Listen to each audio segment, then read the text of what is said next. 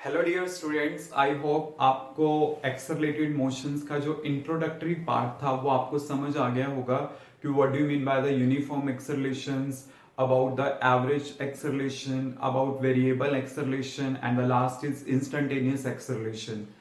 अब स्टूडेंट हमारे पास क्या है कि उन्हीं से रिलेटेड हमने वेलोसिटी टाइम ग्राफ डिस्कस करने हैं। तो आपके पास जो आते हैं velocity time graph of N accelerated motion जो हमने डिस्कस करने हैं one by one. Let's start with the first graph कि अगर मैं ग्राफ नंबर 1 में देखता हूं तो इसमें आपके पास क्या है कि ये जो ग्राफ है v और t के बीच में है, बट यू कैन सी कि वेलोसिटी हमारे पास क्या है, जो एक पर्टिकुलर वैल्यू है वो वही है। मतलब इस बॉडी की वेलोसिटी चेंज नहीं कर रही विद रिस्पेक्ट टू टाइम, तो मतलब उसकी वेलोसिटी क्या है, सेम ही है।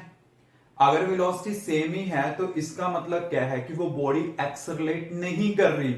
मतलब क्या है कि उसकी एक तरह से वेलोसिटी क्या हुई हमारे पास, मतलब मूव कर रहा है, वो मूवमेंट होगी, बट एक्सेलरेशन क्या होगी यहाँ पे, जीरो। वो बॉडी का स्पीड इंक्रीज नहीं करेगा, वेलोसिटी इंक्रीज नहीं करेगा। इसको आप कैसे कर सकते हो, क्योंकि आपको पता है ए इक्वल टू क्या होता है, डीवी बाई डी होता है। अगर मैं कह रहा हूं वेलोसिटी में कोई चेंज नहीं आ रहा तो v कांस्टेंट हो गया। अगर v कांस्टेंट है तो कांस्टेंट का डेरिवेटिव क्या होता है, जीरो। तो एक्सेलरेशन यहां पे उसकी क्या आ जाएगी, जीरो। मींस बॉडी एक्सेलरेट नहीं कर रही, एक्सेलरेशन उसकी जीरो हुई, वेलोसिटी क्या रहेगी, constant. Now come to the second.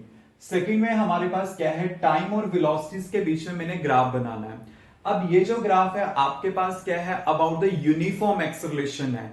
Uniform acceleration में आपके पास क्या होंगी, दो पॉसिबिलिटीज होंगी कि यूनिफॉर्म एक्सेलरेशन का मतलब क्या है, वेलोसिटी इंक्रीज कर रही है but in the regular intervals. कि आपके पास क्या होगा, अगर मैं ओरिजिन से स्टार्ट करूं तो आपके पास ये होगा, मतलब इस केस में इनिशियल वेलोसिटी क्या होगी, जीरो होगी।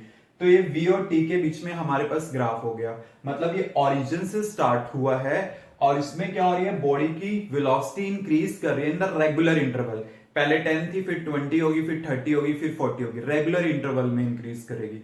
बट यहाँ पे इनिशियल वेलोसिटी क्या है, जीरो। बट अगर सपोज करो आपने किसी बॉडी की इनिशियल वेलोसिटी लेनी है particular, then you can make like that. आप ये वाला तब ना बनाओ कि मतलब अगर किसी बॉडी की समथिंग इनिशियल वेलोसिटी है तो आप यहां से स्टार्ट कर दो, तो लेट इट बी u। तो मतलब at the time t equal to zero उसकी वेलोसिटी क्या ली है मैंने, u ली है। बट है ये किसके लिए, यूनिफॉर्म एक्सेलरेशन के लिए। नाउ नेक्स्ट इज आपके पास ग्राफ नंबर थर्ड आता है। अब थर्ड में क्या है कि आपके पास जो एक्सेलरेशन है वो इंक्रीज कर रही है। मतलब एक्सेलरेशन क्या है, इंक्रीज करने का मतलब क्या है कि वेलोसिटीज इंक्रीज कर रही है but not in a regular interval. ठीक है, जैसे यहाँ पे रेगुलर इंटरवल में इंक्रीज करें, जैसे पहले 10 थी, फिर 20 होगी, फिर 30 होगी, 10 का इंक्रीज हो रहा है, मतलब सेम अमाउंट से इंक्रीज कर रही है। बट यहाँ पे सेम अमाउंट से वो इंक्रीज नहीं कर रही। ठीक है, क्यों, क्योंकि देखिए अगर आप यहाँ पे देखो ये लेते हो, टाइमिंग ये वाला लेते हो, तो इसके कॉरेस्पॉन्डिंग वेलोसिटीज आपके पास ये आएगी। अगर आप टाइमिंग नेक्स्ट ले लो, सेम इंटरवल लिया है, तो वेलोसिटीज आपके पास ये है। तो आप देख सकते हो टाइमिंग इंटरवल पहले ये है तो वेलोसिटी ये है, फिर मैंने टाइमिंग इंटरवल सेम लिया तो वेलोसिटी ज्यादा आ गई। तो मतलब यहां पे वेलोसिटीज क्या कर रही है, इंक्रीज कर रही है, but by the unequal amounts. की मतलब क्या है कि इसमें क्या है, वेरिएशन आपके पास ज्यादा आ रही है। क्लियर।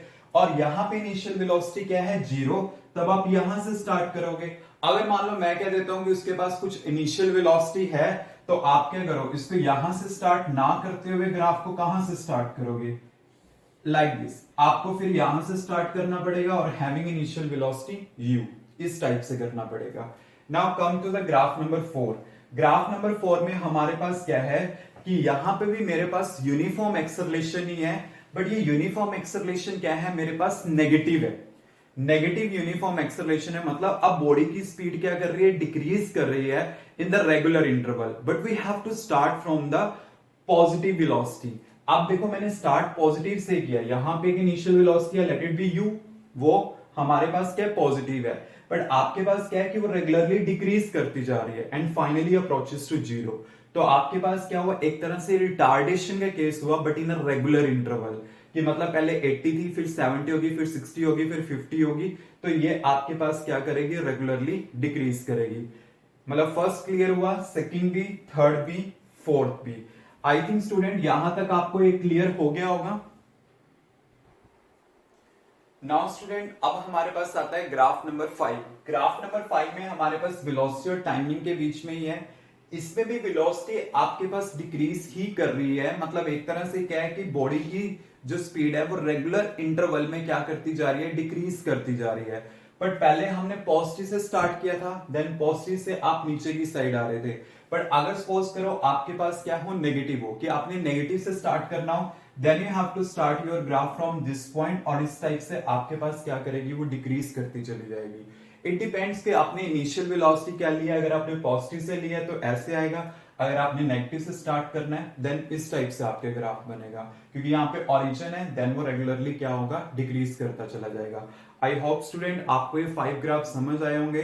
बट जो यूनिफॉर्म एक्सेलरेटेड मोशन से रिलेटेड ग्राफ है, this graph is very very important, examination point of view से भी इंपॉर्टेंट है और कॉम्पिटिटिव पॉइंट ऑफ व्यू से, क्योंकि हमारी यानी डेरिवेशंस और कुछ हमारे न्यूमेरिकल्स प्रॉब्लम है वो उसी के ऊपर बेस्ड है। Clear students, any doubt?